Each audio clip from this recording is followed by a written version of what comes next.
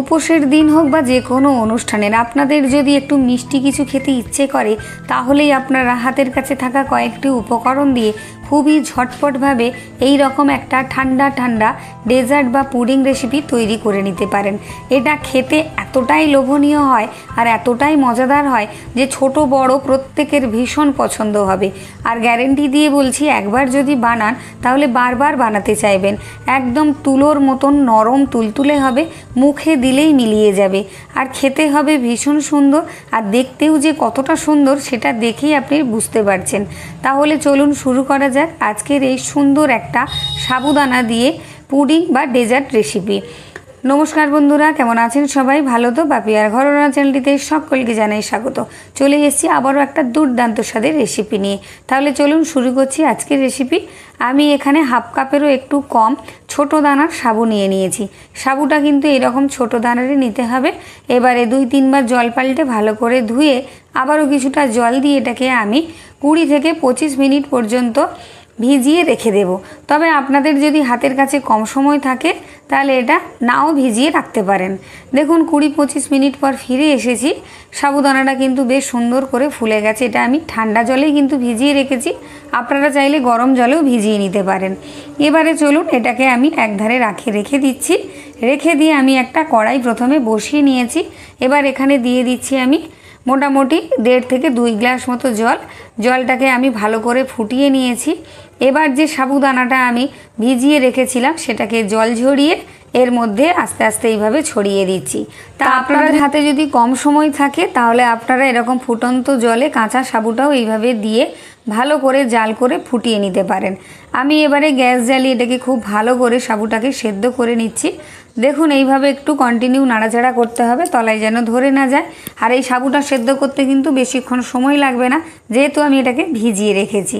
এবারে চলুন এটাকে আমি সেদ্ধ হওয়া পর্যন্ত নাড়াচাড়া করে তারপর আপনাদের দেখাচ্ছি যে এটা কতটা সুন্দরভাবে কতটা তাড়াতাড়ি এই সাবুটা সেদ্ধ হয়ে যায়। আর এই ডেজার্টটা বানাতে কিন্তু বেশিক্ষণ সময় লাগে না, যখন মন চাইবে আপনাদের তখনই কিন্তু আপনারা বানিয়ে নিতে পারবেন। সাবুটা কিন্তু খুব ভালো করে সেদ্ধ হয়ে গেছে। এবারে আমি অল্প কয়েক ফোঁটা অরেঞ্জ ফুড কালার দিয়ে দিলাম, দিয়ে ভালো করে এটাকে মিশিয়ে নিচ্ছি। তবে আপনারা যদি চান পুরোপুরি এটাকে স্কিপ করতে পারেন ফুড কালারটাকে, এটা না দিলেও টেস্ট একই রকম থাকবে, কোনো রকম টেস্টের হেরফের হবে না। এটাকে ভালো করে মিশিয়ে নিয়েছি, গ্যাসটাকে বন্ধও করে দিয়েছি। চলুন এবার এটাকে আমি ছেঁকে নিচ্ছি। সাবুদানাটাকে ভালো করে আমি ছাঁকনির মধ্যে এইভাবে একটু ছেঁকে এর মধ্যে যেন কোনো রকম জল না থাকে সেইটা খেয়াল রাখতে হবে। পুরোপুরি এইভাবে একটু নাড়াচাড়া করে এর থেকে সমস্ত জলটা বার করে আবার ঠান্ডা জল দিয়ে ভালো করে এটাকে ধুয়ে নিতে হবে, যাতে সাবুদানাগুলো একটার গায়ে একটা জড়িয়ে না যায়, তাহলে রেসিপিটা ভালো হবে না। আর এটা সবসময় মাথায় রাখবেন যেন ছোট দানার সাবুটা আপনারা নিয়ে এই রেসিপিটা তৈরি করতে পারেন। ভালো করে এটাকে নাড়াচাড়া করে আমি ঠান্ডা জলে ধুয়ে জল ঝরাতে রেখে দিচ্ছি। এবার একটা কড়াই বসিয়ে দিয়েছি, কড়ার মধ্যে আমি অল্প কিছুটা জল দিয়ে দিচ্ছি। এরপর আমি দুধ দিয়ে দেবো। আমি 500 গ্রাম দুধ নিয়ে নিয়েছি, মানে হাফ লিটার ফুল ক্রিম দুধ, প্যাকেট দুধ নিয়েছি। আপনারা চাইলে গরুর দুধ বা গুঁড়ো দুধেও করতে পারেন। দুধটা দিয়ে দিলাম। যেহেতু বলে যে শুধু কড়াইতে দুধ দিয়ে জাল দিতে নেই, একটু জল দিতে হয়, তাই দিলাম। দিয়ে এবার গ্যাসটা জ্বালিয়ে আমি দুধটাকে জাল করে নেব। তার আগে কিছুটা কাঁচা দুধ আমি 3 টেবিল চামচ মতন কাঁচা দুধ তুলে রেখেছি। এবারে ভালো করে নাড়াচাড়া করে দুধটাকে ফুটিয়ে নেব। দুধটাকে মোটামুটি আমি মিনিট 2 নাড়াচাড়া করে ফোটাবো, বেশিক্ষণ ফোটানোর দরকার নেই, মিনিট 2 ফোটালেই কিন্তু হয়ে যাবে।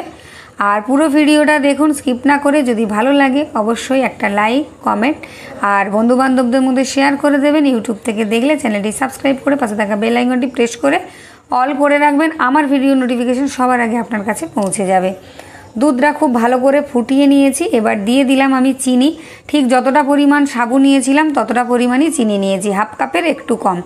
এর বেশি কিন্তু চিনি দেওয়ার প্রয়োজন নেই, তাহলে প্রচণ্ড মিষ্টি হয়ে যাবে। আর যদি কম খেতে চান তাহলে মিষ্টিটা কমিয়ে নিতে পারেন, তাতে কোনো কিন্তু সমস্যা হবে না। আর এই যে কড়ার গায়ে একটু দুধের সরগুলো লেগে আছে, এগুলোও বেশ একটুখানি আমি হাতা দিয়ে এইভাবে একটু কুচিয়ে দিচ্ছি, তাতে এই সরগুলো দুধের মধ্যে থাকলে ডেজার্টটা খেতে বেশ সুন্দর একটা ক্রিমি ক্রিমি ভাব আসবে, বেশ ভালো লাগবে।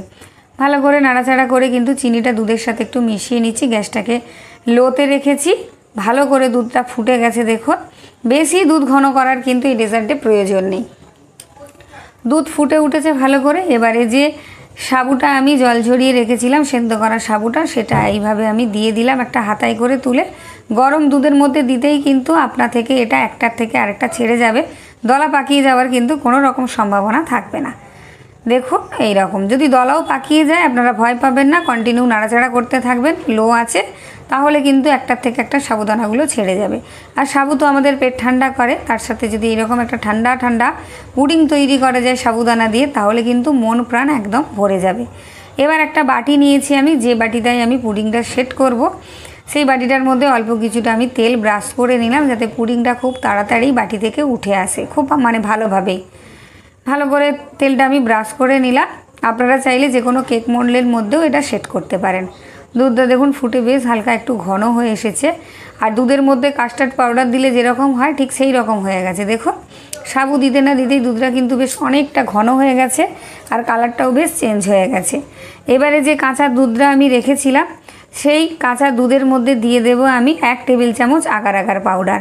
এই আগার আগার পাউডারটা কিন্তু সব জায়গায় সব দোকানে পাওয়া যায় না, এটা অনলাইনে প্রচুর পাওয়া যায়।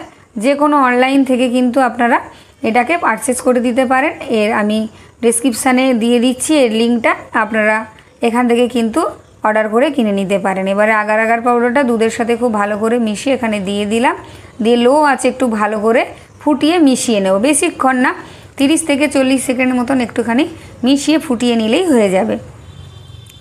ভালো করে একটু মিশিয়ে ধারের শর্টটরগুলো একটু ভালো করে এর মধ্যে মিশিয়ে দিলাম। দেখুন একদম মেশানো কিন্তু হয়ে গেছে, আর ফুটে বেশ ঘন হয়ে গেছে। তবে দুধটাকে বেশি ফুটিয়ে ঘন করতে যাবেন না, সেক্ষেত্রে ডেজার্টটা কিন্তু খুব শক্ত হয়ে যাবে বা পুডিংটা শক্ত হয়ে যাবে, সেখানে খেতে কিন্তু খুব একটা বেশি ভালো লাগবে না। দেখুন আমি কিন্তু গ্যাস বন্ধ করে দিয়েছি, ভালো করে নাড়াচাড়া করে এবার বাটির মধ্যে আমি ঢেলে দিচ্ছি। চলুন, খুব সহজে কিন্তু হাতের কাছে থাকা কয়েকটা উপকরণ দিয়ে, দুধ, সাবু আর চিনি, আগার আগার পাউডার, এই কটা উপকরণ দিয়েই কিন্তু খুব ঝটপট বানিয়ে নেওয়া যাবে, আর খেতে একদম মানে দারুণ লাগবে, মুখে দিলেই মিলিয়ে যাবে, না খেলে আপনারা বুঝতে পারবেন না। এবারে বাটির মধ্যে দিয়ে একটু ট্যাপ ট্যাপ করে ভিতরের হাওয়াটা বার করে নিলাম। এবারে রুম টেম্পারেচারে রেখে দিয়েছিলাম আমি ঘন্টাখানে, 1 ঘন্টার মধ্যেই কিন্তু সুন্দরভাবে সেট হয়ে গেছে। দেখুন একদম বসে গেছে। আর এই আগার আগার পাউডারটা কিন্তু যে কোনো তরলকে ঘন করতে সাহায্য করে, মানে জেলো বা পুডিং এইসব তৈরি করতেই সাহায্য করে। বসে গেছে, এই সময় কিন্তু আপনারা এটাকে পরিবেশন করতে পারেন। আমি এটাকে ফ্রিজে 2 ঘন্টার জন্য রেখে দেব, যাতে ঠান্ডা ঠান্ডা পুডিংটা খেতে বেশি ভালো লাগে। 2 ঘন্টা পর আমি ফ্রিজ থেকে এটাকে বার করে নিয়েছি। দেখুন হ্যাঁ একদম সুন্দরভাবে সেট হয়ে গেছে, দারুণ হয়েছে। এটা ফ্রিজে না রাখলেও চলতো, আপনারা চাইলে না রেখেও খেতে পারেন, তবে ফ্রিজে রাখলে একটু ঠান্ডা ঠান্ডা ডেজার্ট এই গরমে একদম জান প্রাণ ঠান্ডা করে দেবে। এবার এটাকে আমি একটা প্লেট দিয়ে উল্টো করে একটু ওপর থেকে চাপ দিয়ে ধাক্কা দিলেই এটা ছেড়ে আসবে। আর আপনারা যদি চান তাহলে ছুরি দিয়েও ধারটা একটু ছাড়িয়েও নিতে পারেন, বা হাত দিয়ে একটু টানলেও কিন্তু অনায়াসেই এই পুডিংটা উঠে আসবে। দেখুন কতটা সুন্দর হয়েছে না, আর নরম তুলতুল করছে একদম, আপনারা দেখেই বুঝতে পারছেন যে কতটা নরম হয়েছে, আর দেখতেও সুন্দর লাগছে। একটু ওপর থেকে আমি ডেকোরেশন করে দিলাম। এবারে কেটে নেব, চলুন এটাকে কেটে আপনাদের দেখাচ্ছি। চলুন যে কতটা নরম হয়েছে আর কতটা দেখতেও সুন্দর হয়েছে, খেতেও সুন্দর হবে। আশা করি আপনাদের সকলের এই ভিডিওটা ভালো লাগবে। ফেসবুক থেকে যদি দেখে থাকেন তাহলে পেজটি একটু ফলো দিয়ে লাইক আর কমেন্ট করে শেয়ার দিয়ে রাখবেন, তাহলে আর আমার ভিডিও হারিয়ে যাবে না।